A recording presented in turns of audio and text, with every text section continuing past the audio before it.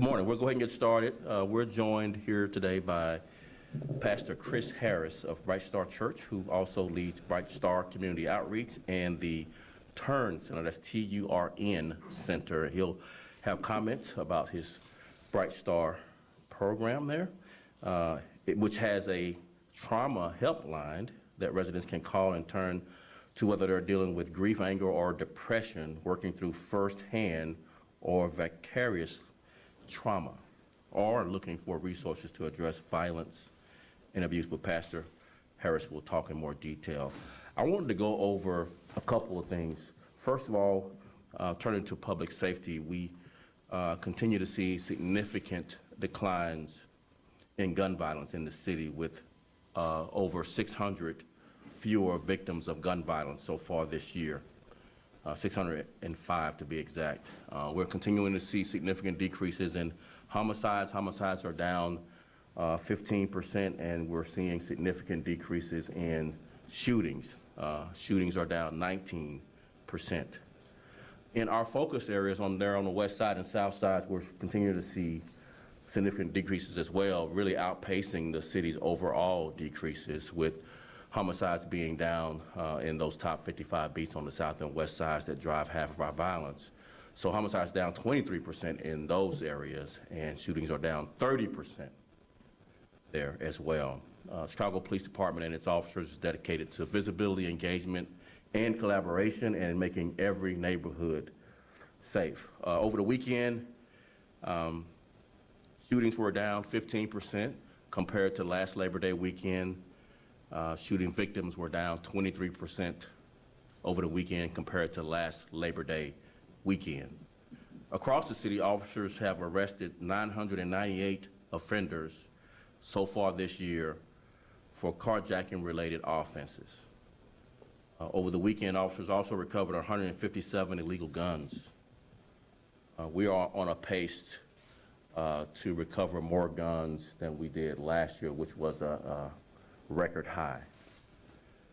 Since the beginning of the year, we recovered 8,765 guns. We've made over 4,094 gun arrests. I want to highlight a couple of things before I turn it over to Pastor. We've been really focused on the CTA and creating a higher presence, visibility on the CTA. On September 4th, Marvin Floyd, a convicted felon, was arrested on the Red Line. So we're starting to see more and more, proactive policing on our transit system. We need more.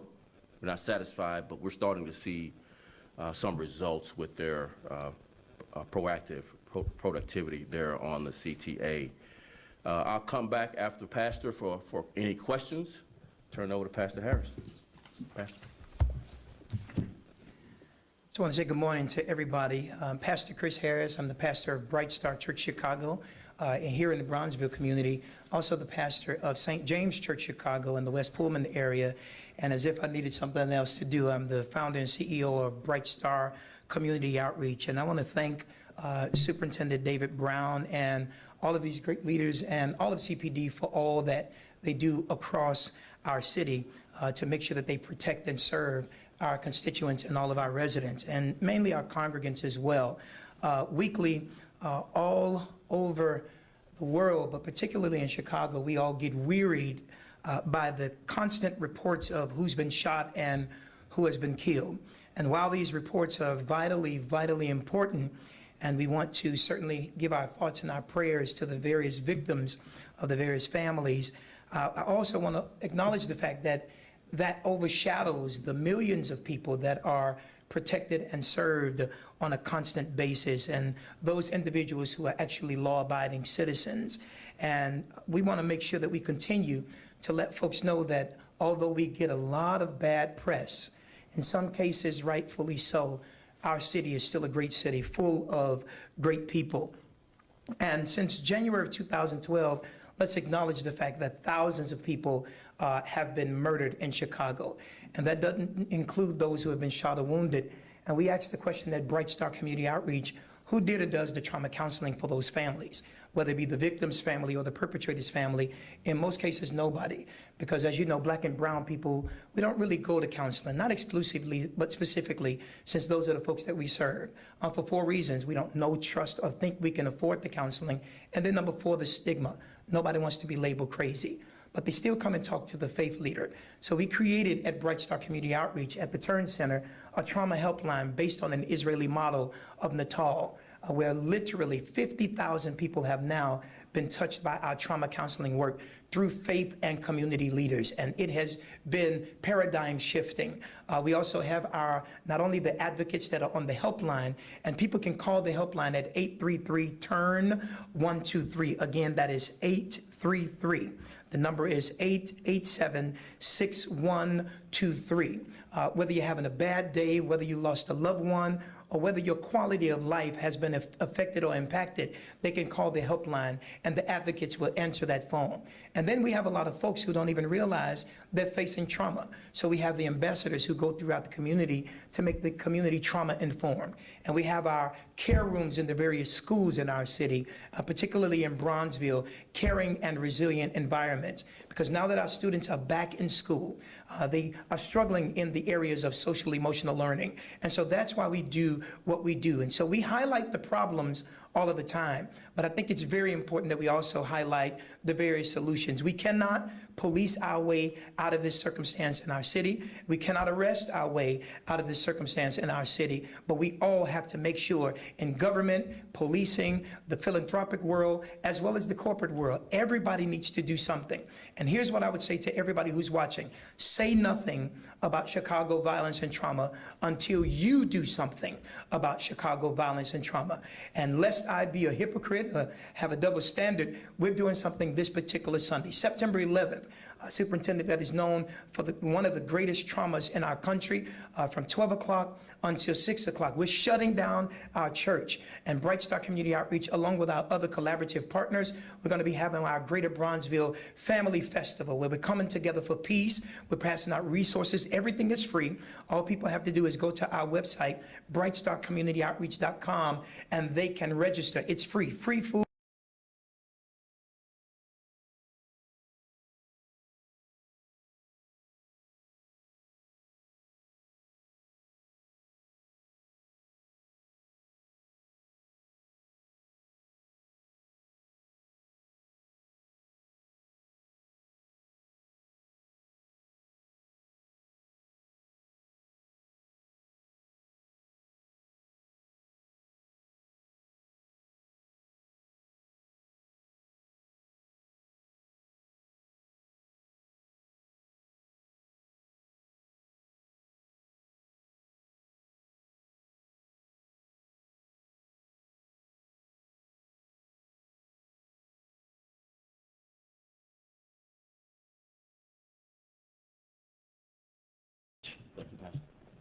Before we take questions, a couple of things I wanted to highlight over the weekend. Some of the really hard work that the officers did to keep us safe and really account for the results that we've seen in the significant declines in gun violence. Demarion Garin, an 18-year-old, was arrested on August 31st for in charge with one felony count of first-degree murder. Christian Thompson, he was arrested on August 31st. He was charged as well with felony count of first-degree murder. And then LaQuinton Walton was arrested on September 1st and charged with one felony count of first-degree murder. There were 2 arrests for attempted murder. Andre Davis was arrested for 2 felony counts of attempted first-degree murder. Of course, we're struggling, obviously, with way too many carjackings. We had an arrest of a juvenile offender on September 2nd and charged with one felony count of aggravated vehicular hijacking with a firearm. We need more consequences for violent offenders, regardless of your age. With that, I'll take questions. Hi, my name is Jesse Echeverria with Univision Chicago. What else can the Chicago Police Department do so that residents in Chicago can really feel that the violence is going down? For example, today, besides reporting the decrease in homicides that you just shared, we're still reporting very high numbers, at least 55 people victims of gun violence. 9 people dead. One is one too many, so we don't count because of the individual nature of the trauma of violence. So we don't count in those respects. We try to save every life. Actually, we risk our lives to save other people's lives, and we have examples of that we're going to highlight this evening with our Memorial Foundation, highlighting the officers who've given the ultimate sacrifice. So what else can be done? Our job is never done. There's not a day that we don't go out and risk our lives for all of you in this city, and we'll continue that. I think one thing that I would say we're really focused on as it relates to the perceptions of whether I'm safe or not is our presence. Our presence needs to be really something that is a focus, getting out of the car, getting on foot, walking, engaging people. That's been a significant focus of ours. I think that speaks to perceptions much more than just the statistical declines that we obviously have acknowledged. Sandra Torres from ABC5. There were 2 incidents over the weekend that on the north side, armed robberies. I'm wondering if you have any updates. One in Avondale, the other one in Lakeview. 3 armed men, but basically robbed somebody at gunpoint. Yeah, Chief of Detectives Brendan Dinahan is here to follow up. We may have to get some of that offline, but we'll start with Chief Dinahan. All right, thanks.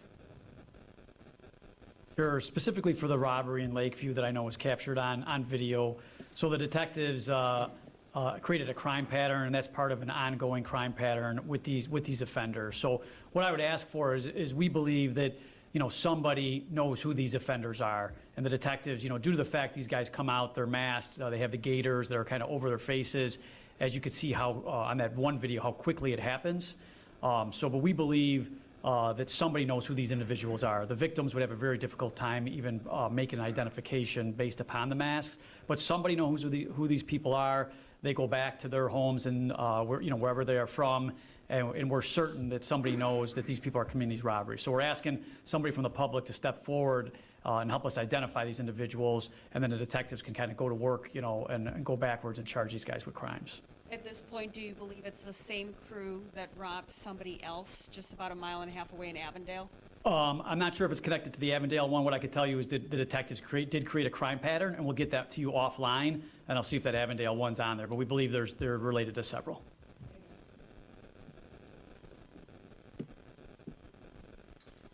Good morning, Diane Pathy with Channel 7 News. I want to talk a little bit about, because the last couple of weekends we've been talking about the drifting and that sort of thing. Where are we at on that? I know there was an active, I don't want to say task force, but there was a way to actively try and stop this. Where are we at with that? And I know there was some video. I'm going to have Chief McDermott, Chief of Patrol, come up and speak. He does a lot of work behind the scenes addressing some of the issues that I answer every presser, but he's behind the scenes really doing all the strategies and works. I could tell you we've increased our number of pending tows of those drifting incidents that's been widely reported. But I'll have Brian come up and just kind of expand on some of the things that we're doing. And it's just the second part of that question is, there's some video circling around, and I don't know how recent it is, but of people dancing on top of squad cars and attacking squad Washington cars. Park. Yeah, if we can just also answer that, thank you. Well, like the Supt said, we did create our caravan task force. We do have the ability to scale up our response up or down at any given time. So like over the weekend, we didn't have any car caravans, so we were ready to stage in all 5 of the city's areas if we needed to. Any caravans moving forward, we do have that ability, so we'll be ready. These caravans come in force, 200-300 cars at a time. Once we break up an area downtown, they'll split off to different areas of the city. So one of the problems we've been having is chasing them to different areas of the city. So now we're going to pre-stage, and when they go to these areas that they know they're going to go to, we'll be there ready for them. So we've been using this new ordinance to our advantage.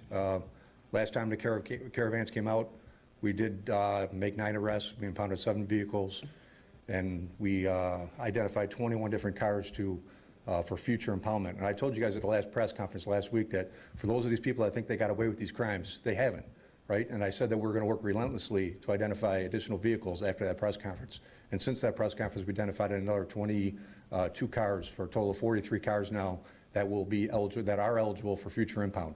So by the time our administrative process is over, these people that think they got away with these crimes will find themselves with no car and facing a fine of up to $10,000.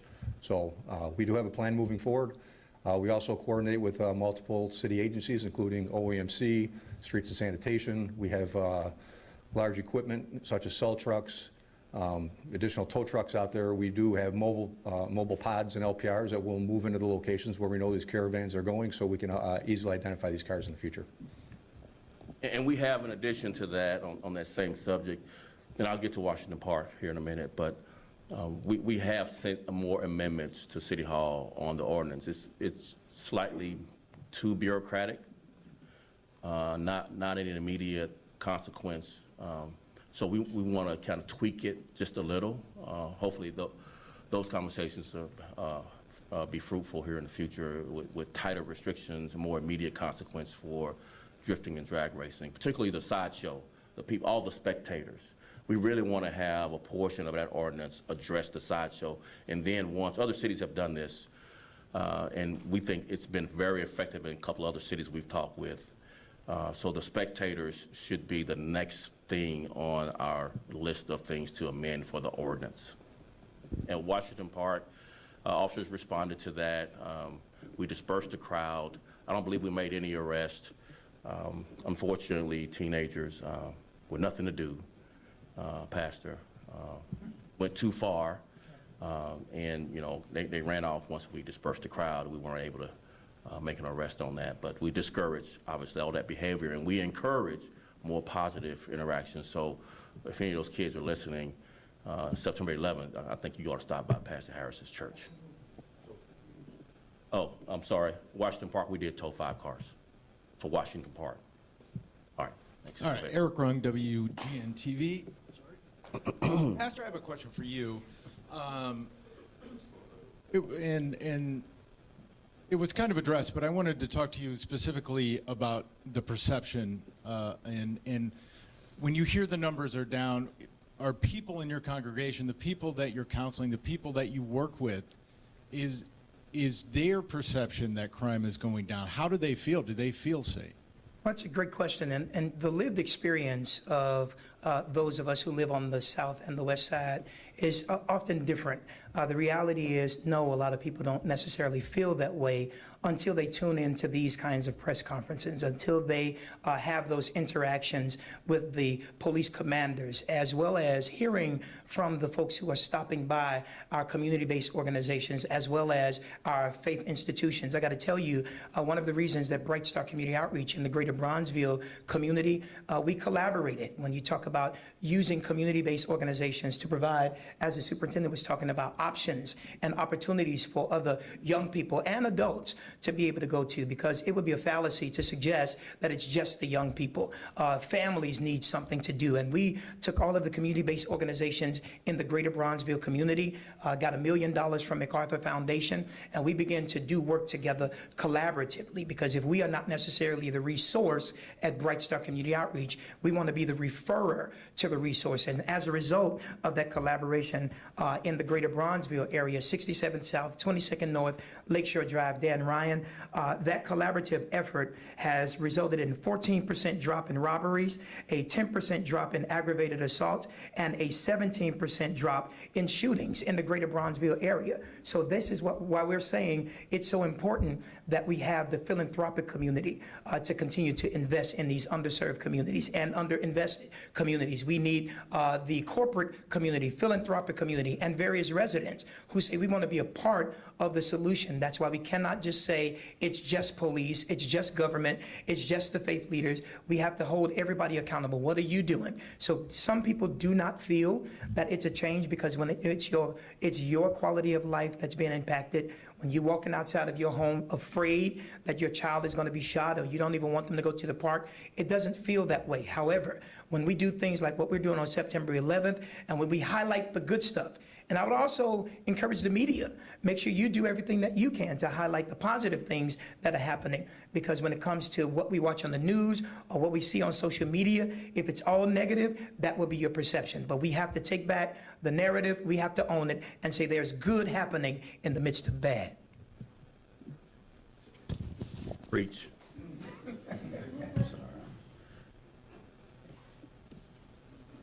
Hello, Joni Lum from Fox Morning. 32. After some of these summer holiday weekends, you've talked about the learning experience from policing, deployment, resources. What was learned after Labor Day weekend, even though there were 55 shootings and 11 fatalities? Yeah, as you know, we did not cancel the officers' 2 days off that we have done for decades for Labor Day weekend. And our strategy was to be very nimble. We pushed some resources out of desk duty into the field, as well as focus on the top 55 beats that drive most of the violence.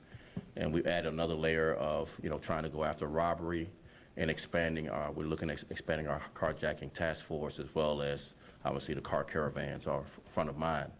And then don't forget CTA plus crime downtown. I mean, it's a lot of demands for officers, and we have scarce resources.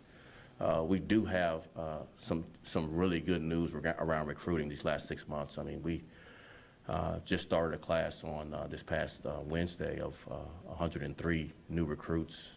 The month before that, we had 93 new recruits. The month before that, we had 99 new recruits. Before that, we had 95 new recruits. I mean, we've really been hitting the mark.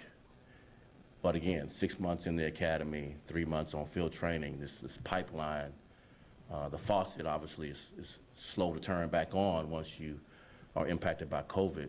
So again, we're having to do more with a little less, but we are encouraged by the last 6 months of recruiting numbers in our academy. I think we have 587 new recruits in our academy right now. We're looking at another class of over 100 this month. A follow-up Yes. for Chief Dinahan. Is there an update on the 4 who was shot at Kingston and 86, the 2 fatalities? No, right now it's an active and ongoing investigation. Currently, there's nobody in custody. The detectives do have some leads.